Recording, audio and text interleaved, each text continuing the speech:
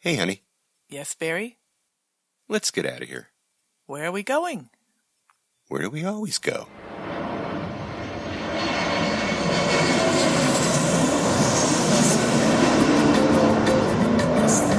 De palmas, sin naturaleza, hasta encontrar la playa.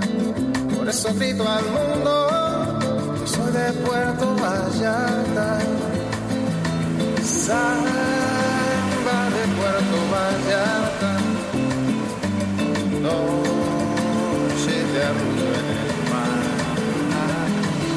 Samba de Puerto Vallarta.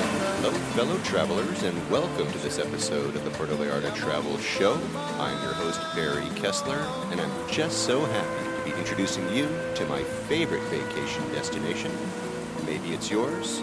If not, maybe it will be one day, and that's Puerto Vallarta, Mexico. That music you're listening to is performed by Alberto Perez, and Alberto is the owner of the Lapa Lapa group of restaurants right here in Puerto Vallarta. The Lapa Lapa and the El Dorado restaurants are on the south side of town, right down on the beach. And for those of you who are looking for a little romance under the stars, and who's not looking for a little romance, you guys, come on, check out the El Dorado restaurant and Lapa Lapa. They both have this romantic dining experience that you just need to experience to believe. You call ahead and you order the package, but just imagine following a candlelit walkway to a private candlelit table right at the ocean's edge, and then you're surrounded by tiki torches. You get the picture, you guys? You're surrounded by the fire of love right there on the beach. In Puerto Vallarta, your toes in the sand, enjoying a 5-course gourmet meal, especially created for you and served with personalized attention to each and every one of your needs. You can have that if you come to Puerto Vallarta, and of course, if you come to Lapa Lapa and El Dorado restaurant.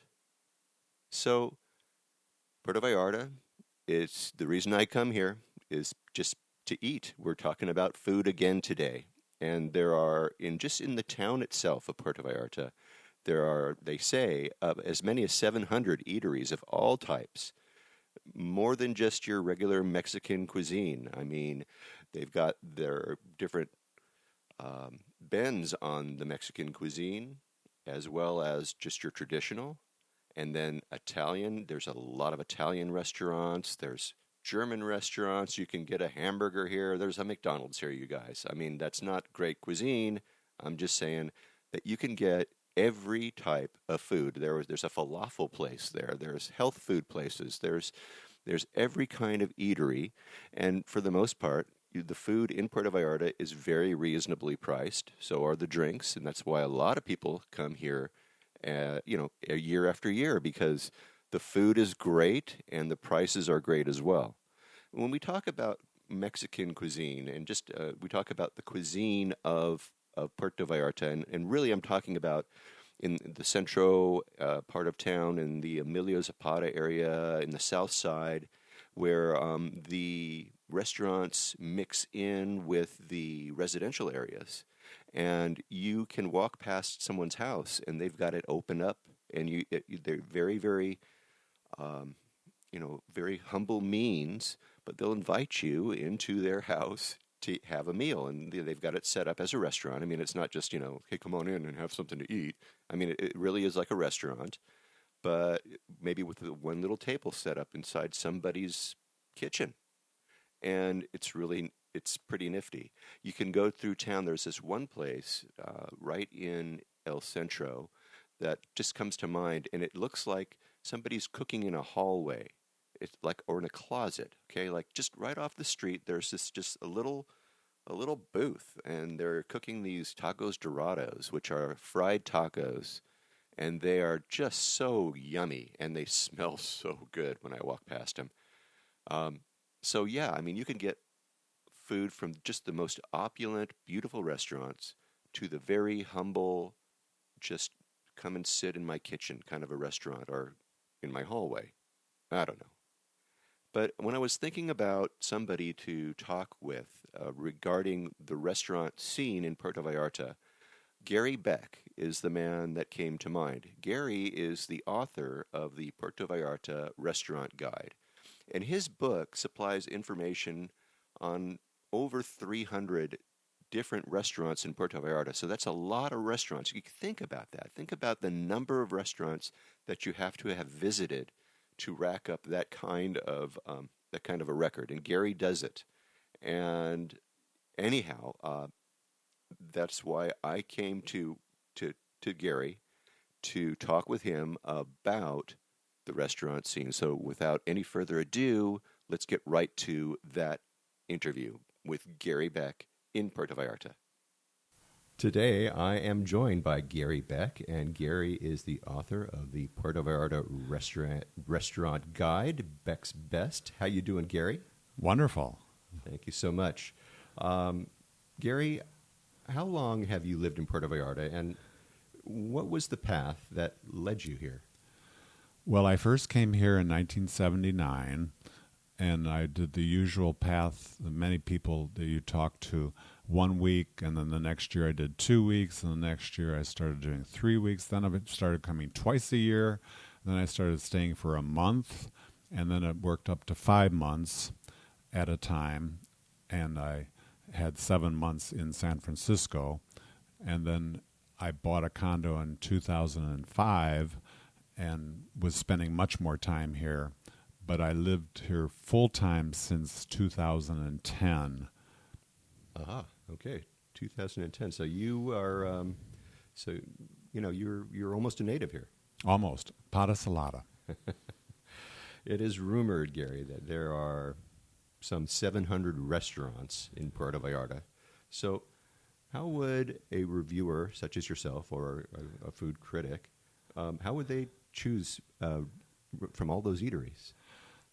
I choose from walking down the street and seeing something new that opened, and I look at the menu and I decide I want to come back in and try some food and talk to the owner. And others is word of mouth. Someone says, "Have you been to such and such restaurant?" And I say no, and so I find new places that way. Word of mouth is excellent. A lot of walking around, just looking at places. Okay. Well, so you don't call yourself a food critic. Right. Explain that to me. Well, my guide is what I consider more an informational guide. It gives you the information about the restaurant, the name, the address, the phone number, the amount of money that you will be paying for a meal there by code, not in pesos, but if it's a moderate place, if it's an expensive place, or a budget, or a reasonable place. And those are all enumerated in my guide. And I list then the website if they have one, which is helpful, and what days they're open, their hours, if they're closed on certain days of the week. And then I sample the restaurant menu. I put different dishes that sound more interesting than others to kind of give you an idea of what food they're serving. Got it. But I don't say this is good and that is bad. I'm not a critic in that sense. I'm more of an information supplier. That makes you different, but that's good. I mean, because I don't want to hurt people's feelings. No, I don't blame you. I think that makes a lot of sense.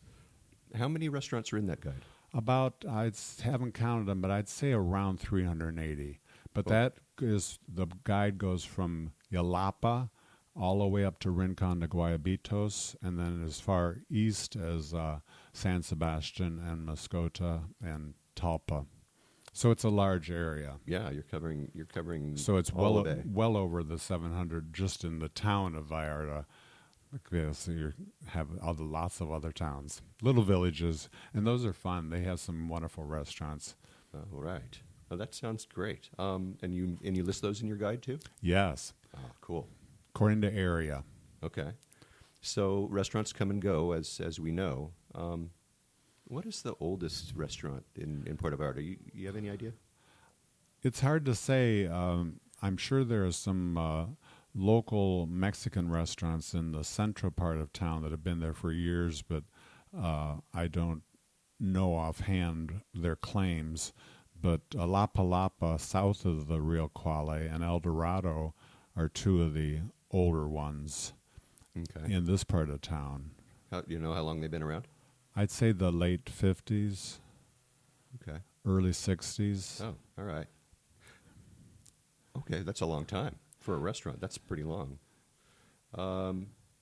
So tell me about talk about the older ones, maybe some of the newer ones. What are the newest, maybe up-and-coming restaurants that you might be able to talk about? La Mara is a really nice restaurant. That you would go only if you eat food that has not been cooked. It is ceviche and aguachile, and it's made to order. Some of it has been marinated like the tuna that he serves, and so it's all extremely fresh and absolutely beautiful. But there's no cooking, so you can't go there and get a filet mignon or anything like that. So and then, maybe you can explain to my listeners what's aguachile.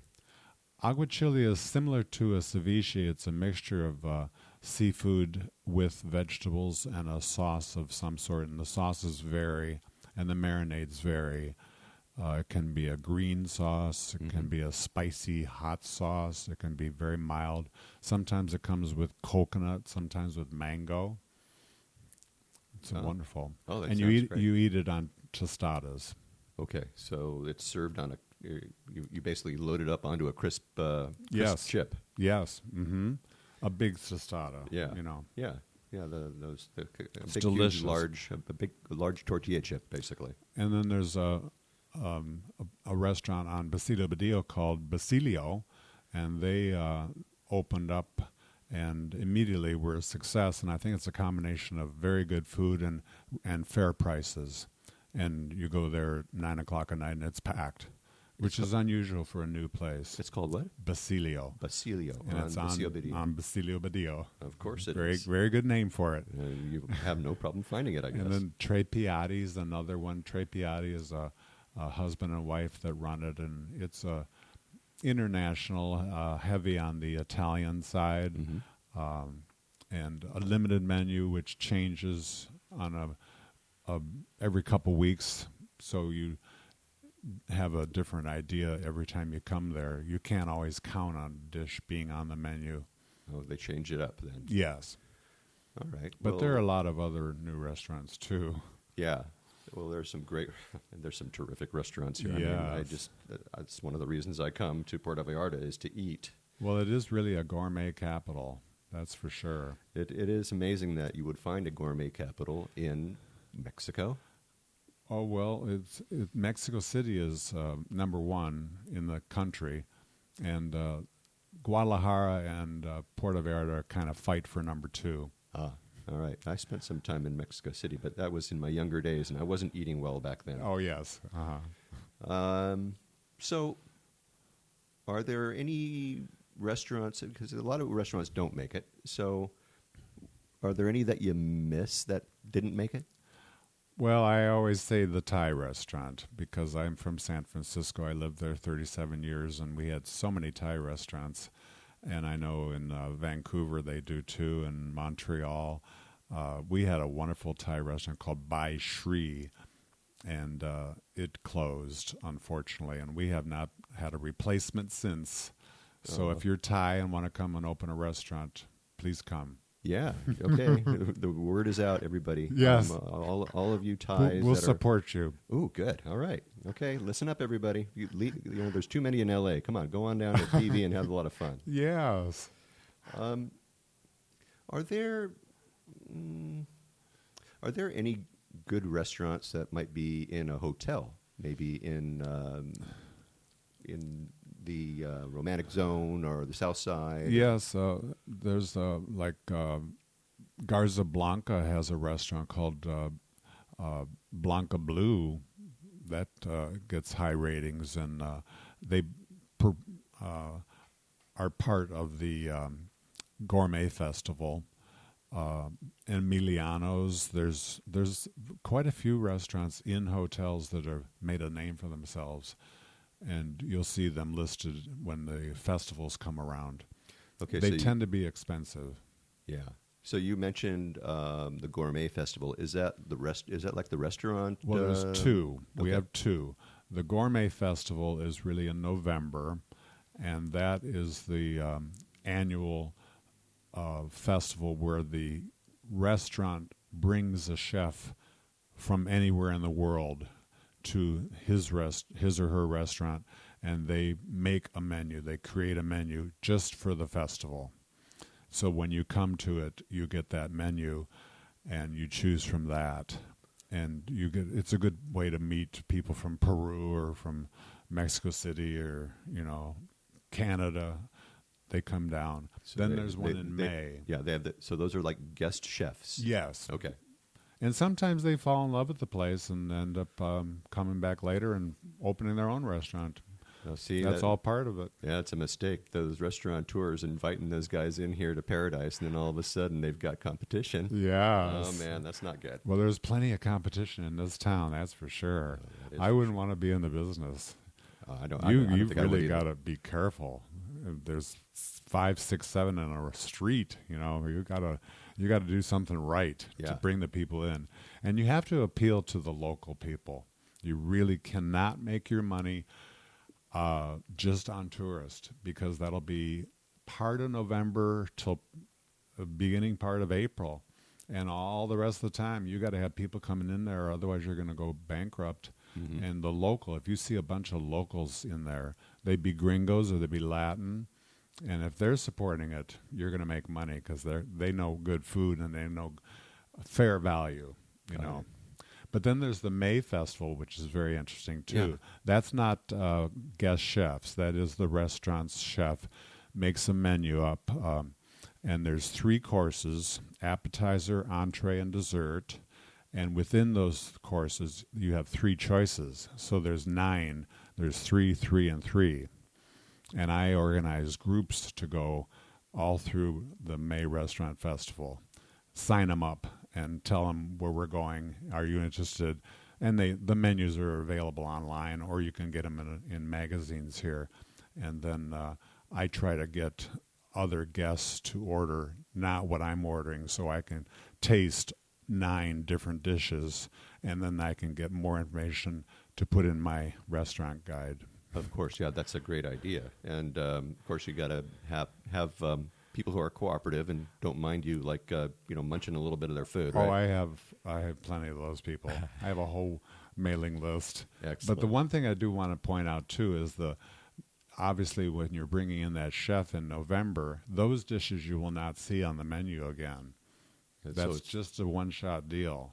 So that doesn't help my guide, because I can't say, oh, you should try this dish when they only offered it for 2 weeks. good point. But the May Restaurant Festival, those are dishes taken right off the menu. So then I can say, these are what they offer 12 months out of the year. Yeah. It's important. Yeah. All right. So I'm going to ask a question, and this is going to be very difficult for you, and it might be difficult for some of your favorite restaurateurs out there. I'm going to ask you to list your 3 favorite restaurants. What's your favorite breakfast place? Let's see. I would probably say Freddy's Toucan. Freddy's Toucan. Yeah, I like Freddy's too. I like their pastries that they give you when you sit down. Oh, yes. Ah. And Freddy's a nice guy. And the food is so good there. But it's packed. Yeah, it You is. got to be careful. I usually go there in the off season. High season at 10 in the morning, they have a microphone calling numbers out, and I Yeah. try not to go to busy restaurants when the tourists are all in town. Yeah, I don't blame you. You know all the great restaurants. Yeah. You don't have to necessarily go to that one. Mm-hmm. Plus, you live here, so you can come back to Freddy's anytime. Yes. All right. Lunch. Well, I like Salud, which is a superfood restaurant. It's not a health food restaurant, but the food they serve is healthy, good for you, but it's very flavorful and very creative. So it's called superfood, and they use quinoa, and they stay away from any beef or pork just a little bit once in a while. They'll serve chicken and lots of vegetables and soups. Then the other one I like is Mi Cafe, and it's run by the nephew of Alberto Perez, who owns La Palapa and several other places too. So he comes from a restaurant background of many generations. I like that guy. And you know what I like about his place? I love the French toast there. Oh. Crazy. Oh, you mean at Mi Cafe? Yeah. Oh, you've had it. Oh, yes, Oh, I have. he's known. People come just for the French toast. Oh, I believe it. It's unbelievable. I send people in there for that. And Really? I love that guy. I'm going to actually go and talk to him. His name is Alberto. It is? Okay, I'm going to talk to Alberto. Yeah. You do know that Alberto Perez, I use his music for my podcast. No. Oh, yeah. Boy, I'm impressed. He's the introduction. Now, do you know that he also recently bought El Dorado? Yes, I do. Okay, and Yes. he closed Vista Grill, Yes. and he's serving the Vista Grill menu at El Dorado for dinner. Oh. If you're interested in that, and Okay. it's beautiful, wonderful food. It's the Vista Grill dinner menu. He says for a time being, we'll see how long it goes, but I've had friends go in and they say it's just excellent. Yeah, well, I loved the Vista Grill, and I was there just before he closed it. Oh, Okay, so dinner. What's your favorite place for dinner? I would say Café des Artistes. Oh, that's a great place. It's been my favorite restaurant for many years, and people disagree with me and say somebody else, or they complain or whatever. But to me, it's been consistently wonderful. And I would put agree. Trio in there too. Oh, okay. Trio is really a wonderful restaurant. Kaiser Maximilian on Olas Altus is wonderful, and River Cafe right on the river there. That's a very nice place. All right, so let's talk a little bit about a restaurant with a view. Oh, okay. Okay. Well, there are many restaurants in town and, all along the bay that claim they have a view. And some have wonderful views and some have average views. Barcelona's Tapas has an excellent view. I recommend that place for going up onto the fourth or the rooftop and sitting there and looking out at the bay. And you can watch the fireworks from Marigalante. And the food is exceptionally good. That's Bill's place. I love that place. And where's that located? It's on the 31st of October in Matamoros. Oh, okay, so it's up in the 5th of December neighborhood? Yes. Kind of, sort of? Yes. About 2 blocks from the Woolworths. Okay. But if you want to go to a place that has the view of the views, Yeah. then you get a cab or a trusty car with four-wheel drive, and you drive up the mountains east, and you go to a place called Las Carmelitas. Now, you should go to my guide and get their phone number and make a reservation, because otherwise they charge you an entrance fee, which is refundable on your check. Okay. Hopefully. Right, they don't want you to just go up there and look at the view. They want you to eat. They stopped that because when they first opened, too many people went up there and had maybe a drink and took up a table for 2 hours. So that now you have to order food. That makes a lot of sense. And the view is spectacular. You can just see all the way to Punta de Mita. You can see the Marietta Islands. You can see a little bit toward the south. But you're looking way, way down on the town of Vallarta as the lights all start coming on. And you see a little dot down there, and that restaurant there is the one that says they have a great view. And you're sitting up here looking down at those places. It's really astounding. Try to go for sunset, too. Okay. Take tourists. All right, Take so visitors. once again, it's called Las Carmelitas. Las Carmelitas. Okay, so Yes. that is the tip on the best view. Oh, there's nothing better. Nothing. Wow. And I've been around. But it's so high up there, you'll see. He owns the property. It's a ranch of sorts. Uh-huh. He raises crops. Oh, cool. Yeah. You've mentioned a bunch of really great places. So yeah, you know your We're food, very Gary. We're very fortunate here. We are so fortunate. There aren't enough nights to eat out. You got to eat at home sometimes. I know. Yeah, we could get all round and stuff if we don't Yes. watch it. Yes. So if someone is staying in the South Side, Old Town area, Centro area, the Romantic Zone, you name it. And I hate to ask this question because I like people to come to visit in the South Side. But what restaurants not in town would you suggest that a vacationer maybe get out of town and go and visit? Let's say maybe up in Bucerias, for example. Well, in Bucerias, I was just there yesterday, and my favorite restaurants are Mezzogiorno, Italian, just fabulous place. You can eat inside or outside.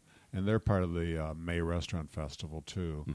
And then Aduato's, which is right along the bay. That's a wonderful restaurant. Miguel Angel is a really good restaurant. There's a new one called Le Bistro with a T on the end of it. Le Bistro. Bistro. Yeah, but I think in French the T is silent. I'm not sure. Oh, I'm sure it is. But you can really do well in Bucerias. To me, it has the most great restaurants after Puerto Vallarta. If I didn't live here, I would live in Bucerias. Wow. It's an art colony. There's lots of gringos there. If there's a lot of gringos, Mark's is there too. Mark's is excellent. If the gringos are there and they've got a little money, you're going to see good restaurants pop up. Wow. You know, they follow the money. Yeah, they do. Uh-huh. You know how those gringos And are. then another one I want to mention too is Montebello, which is over in San Sebastian. If you want to drive east on your way to Guadalajara, it's a beautiful little town. It's a little old mining town.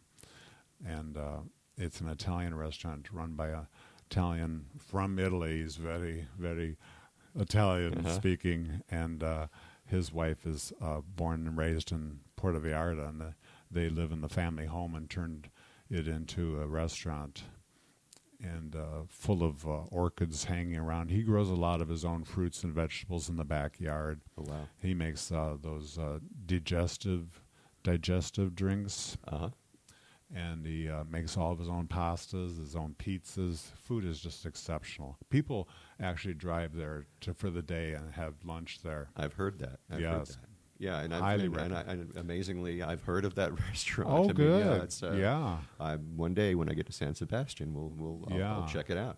It's also, I think they also Reale Mina, I think is they might have changed the name to Reale Mina from Montebello, but it's the same place. I think it is. I think that's so. Exactly right. Yes. So, okay, Bucerias to the north. How about to the south? Maybe down in past Conchas Chinas. Well, I like Ilapa. I think Ilapa has some very nice restaurants.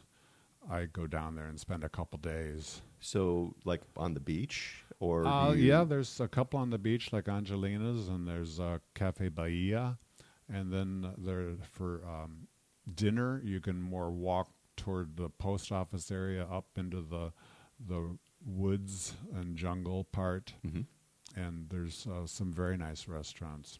Okay, so Yalapa. That's a surprise. All right. We've done the beach. How about the jungle? How about somewhere along the Rio Quale or the Ameca?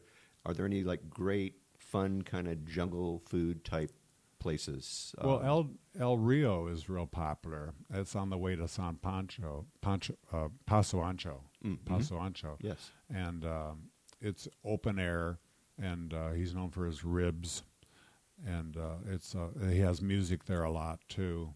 It's a fun place to go for the day. So El Rio, they have music out there and dancing, do. right? Yes, they have a stage. They have River Fest is held there. A lot of entertainment, local people, which is wonderful to support the local entertainers. Yeah, we have a lot of talent in this town. Yeah, I'm going to do a show with you, and we're going to talk a little bit about entertainment, if you don't mind. I could talk about that for a long time. I know you can. I love your writing, Gary. Thank you. And then we also, you could mention Moro Paradiso. That is along the Rio Quale, and that's a good place to go too. Yeah, I love that place. It's they have tequila tasting there, you guys, and they also it's a butterfly preserve over there, and there's just amazing array of little flutterflies going by all the time. And that's really one of the really nice parts about getting up into the jungle and doing that. Wear your bug spray, everybody, when you do that. Oh, by the way. That's true. Okay, so now we've been to the jungle. We've been up and down the coast. Let's talk about on the ocean. How about maybe some boating excursions that that might have some good food. Have you ever been on any? Yeah, of I haven't been on very many. I haven't done Rhythm of the Nights, but I've heard good things about it. I think they go down to Las Caletas, and then you walk along, and there's warriors all dressed up with torches, and they do chantings and things, and then you end up getting to the actual dining area and sit down, and I understand it's quite romantic too for couples to go. I've heard about and I that. think they have music there too. But the one I have done is the Mar Galante, which is the pirate ship. Oh, yeah, we see that shooting off fireworks in the bay Every every night. Yes, every night. Yeah, and it's a fun show. It's kind of gimmicky at times. Sure. But it's kind of touristy. But going as a local, the food was just wonderful. We were very impressed with the food. And if you drink, they're very generous with the alcohol. They just are constantly bringing drinks to your table. So it's a good deal. I think so. Oh, okay.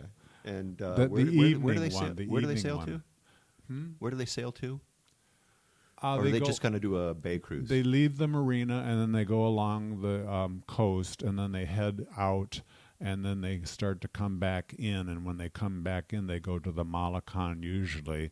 It varies where they stop, but sometimes the Malacan, that's where they shoot the fireworks off. Then they Right. go back to the marina. So you have to go through the marina to get the boat and to come back. Sure.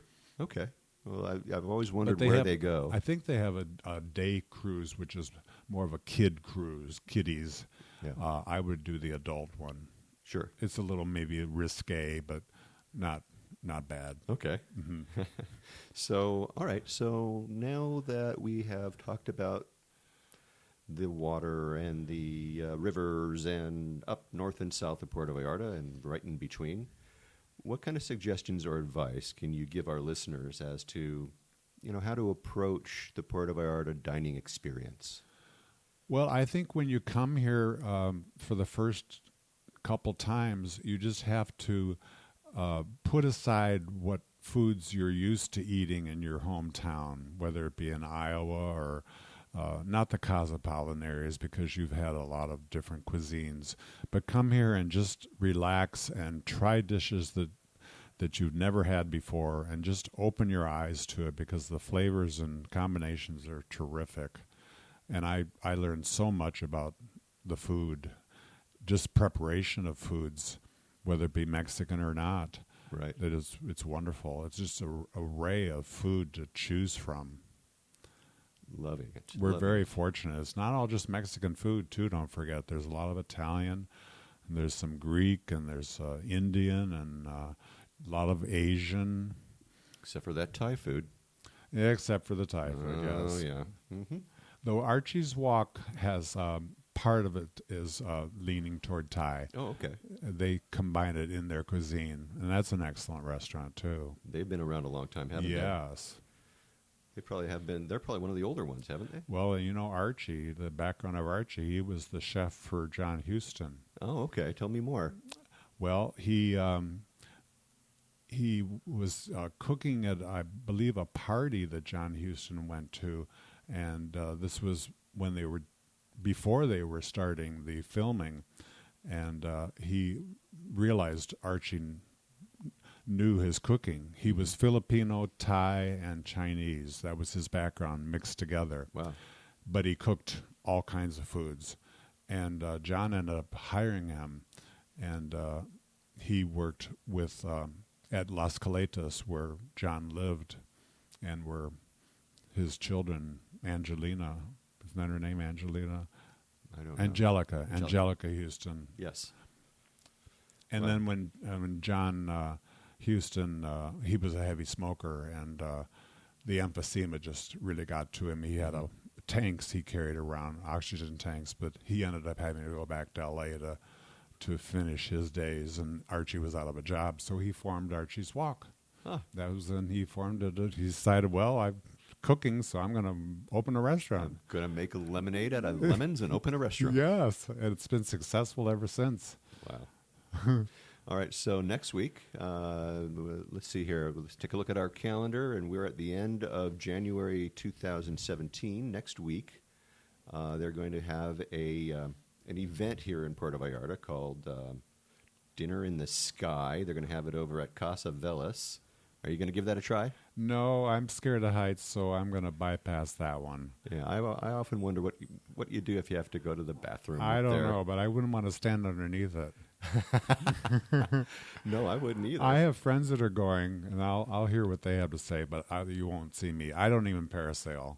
Okay. Well, No. I don't either. No. I would be afraid to do that as well. And I don't bungee jump. I don't do any of that stuff. I'm with you, man. Yeah. I guess we're I'm both chicken, I'm or a maybe we're just into preserving ourselves. Yeah, life is more important. Well, you are more important, Gary. I want to thank you so much. You've been so kind, and you've been so generous with your time. Can you tell our listeners where they might be able to find, your review book?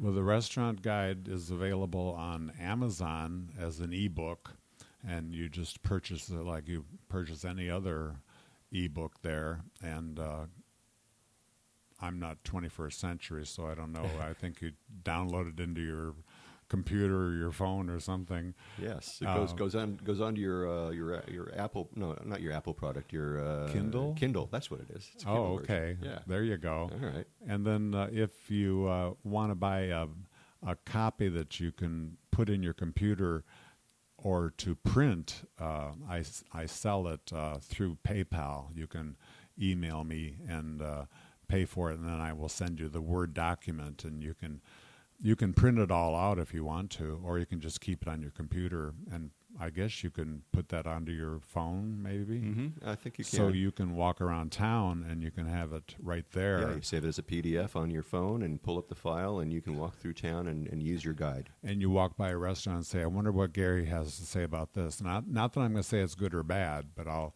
at least describe it to you. Yeah, no, that's what I really, really like about your guide. I think that you're not passing judgment. No. You're basically saying, here it is. This is what you're going to expect. Yes. This is kind of the price range you're going to have. This is the kind of meal. And Right. then here's kind of a sampling of what they have on their menu. Exactly. It's perfect. It's a And great guide. Then let the consumer decide whether they like it. Absolutely. You I know. love that. That is a great way to think of it. And one time I saw, about a year ago, I saw a guide that she bought of mine probably 10 years before, and every page had handwritten notes.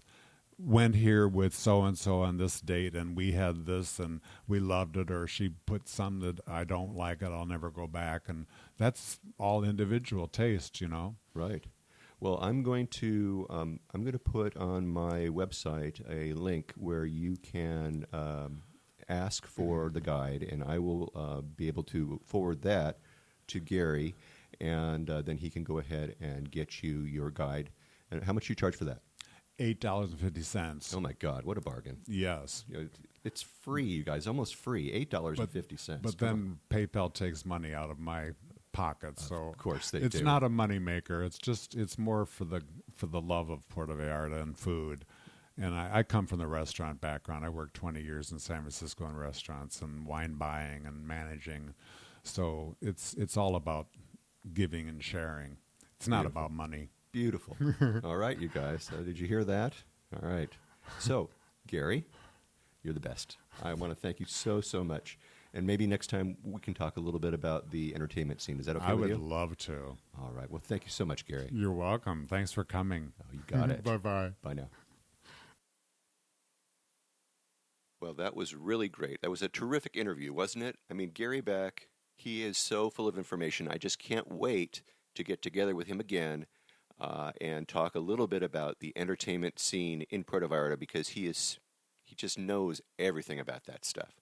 I want to also point out, as a little bit of a heads up, that I have some new photos in my blog over at www.puertovallartatravelshow.com. In my third episode, my third podcast, where I talk about tips for the airport and for landing, I have in the blog some new photos of the inside of the Puerto Vallarta airport, which will come in handy for you people. And you can also read that blog just to understand what's going on there, learn a little bit about the Shark Tank, learn about the stages of once you get off the plane and then you go travel through the immigration, and then you go through customs. All of those things are all enumerated right there in that blog post. That would be under episode number 3, and that's all about the Puerto Vallarta Airport. So go back and check that out. Like I said, I got some new pictures in there. Now, until then, remember that this is an interactive show where I depend on your questions and I depend on your suggestions about all things Puerto Vallarta. So if you happen to think of something that I should be talking about, then please reach out to me. Click on that Contact Us tab and send me a message, really. And if you would like to purchase a copy of Alberto Perez's song, Samba de Puerto Vallarta, the one that we're listening to right now as we play out, or any one of his other really fine tunes, you can also click on my links page, once again at PuertoVallartaTravelShow.com, and you're going to find a link to buy his music, as well as links to the Lapa Lapa group of restaurants. And speaking of websites, if you're considering booking any type of tour while you're in Puerto Vallarta, then you must go to vallartainfo.com, www.vallartainfo.com. That's JR's website, and you can reserve your tour right through him, right from his website. Remember, this is a value-for-value proposition, my friends. We're talking about his experience and on-the-ground knowledge of everything Puerto Vallarta in exchange for your making a purchase of a tour that, hey, you'd do it anyway, wouldn't you? You're just doing it through him as a way of saying thank you. Thank you, JR, for being our guide. It costs you no more than if you were to use somebody else to do it. So really, just do it. And when you do take one of those tours, email me about your experiences, and maybe you can come on board and share with others what you liked, or maybe you didn't like about the tour. Again, contact me by clicking on the Contact Us tab and send off a message to me. And then one more favor, please. If you like this podcast, please take the time and subscribe to my podcast. Give me a good review on iTunes if you would, and it would just be so appreciated. Just take a little extra time and do that for me, and that way we can get the word out to more and more people about the magic of this place, Puerto Vallarta, Mexico. So, thank you very much for listening all the way through this episode of the Puerto Vallarta Travel Show. This is Barry Kessler signing off with a wish for you to slow down, be kind, and live the Vallarta lifestyle. Nos vemos, amigos.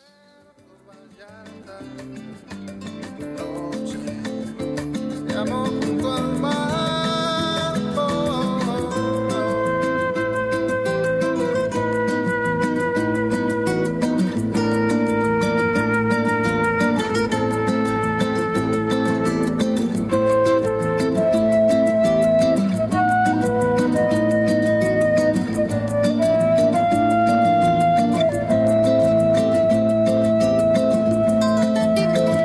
ahora solo camino por la playa, me encuentro junto al río, cuando todo está en calma, pronto cae la noche, me brillas Puerto Vallarta, samba de Puerto Vallarta, noche de arrullo en el mar, samba de Puerto Vallarta, noche de amor junto al mar, samba de Puerto Vallarta.